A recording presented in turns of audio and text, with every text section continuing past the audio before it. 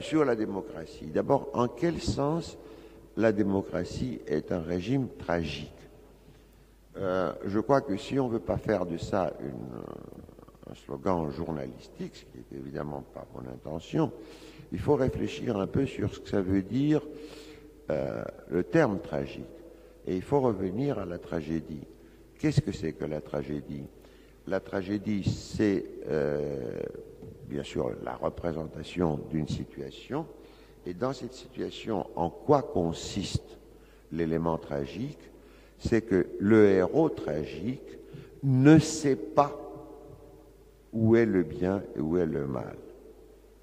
Le tragique, par opposition, par exemple, au péché chrétien, c'est le fait qu'il n'y a pas une ligne tracée d'avance entre le bien et le mal, et le héros tragique apprend à ses dépens qu'il a traversé une ligne invisible qui sépare ce qui est permis et ce qui est interdit, mais ce qui n'était pas dit d'avance, ou ce qu'il ne pouvait pas savoir, lui, c'est le cas d'Œdipe, par exemple, et à ce moment-là, c'est la catastrophe de la tragédie. Et la démocratie, c'est la même chose. Pourquoi? Parce que, comme dans la tragédie, dans le régime démocratique, nous n'avons pas quelqu'un qui nous dit « cela est à faire et cela n'est pas à faire ».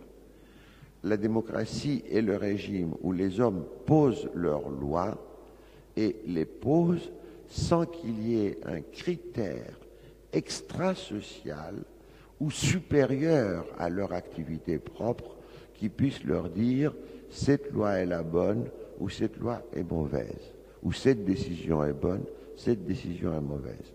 On peut avoir bien sûr des critères dans des matières secondaires, dans des matières subalternes, mais dans les grandes affaires, on ne peut pas avoir de tels critères. Par conséquent, lorsqu'une collectivité démocratique adopte une loi ou prend une décision importante, elle l'adopte et elle la prend à ses risques et périls. Je ne sais pas comment on dit en italien, à ses risques et périls. Bon.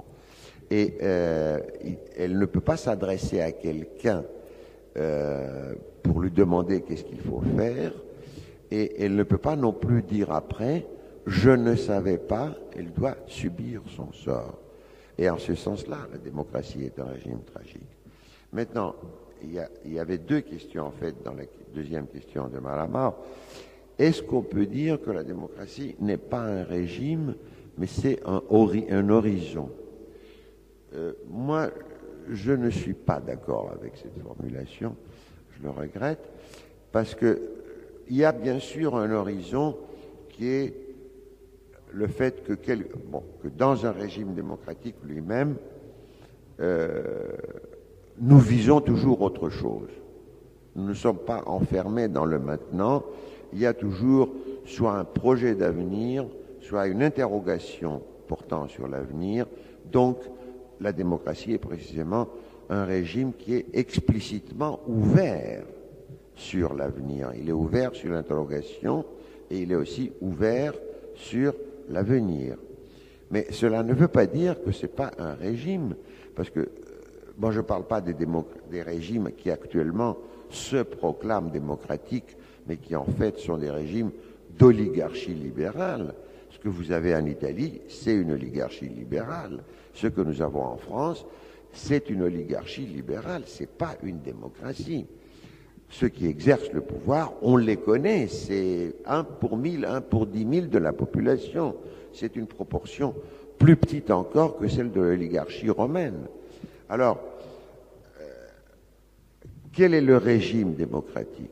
Est-ce qu'il peut y avoir un régime démocratique? Moi, je pense qu'il peut y avoir un régime démocratique, un régime qui est effectivement un régime d'auto-institution de la société et d'auto-gouvernement de la collectivité.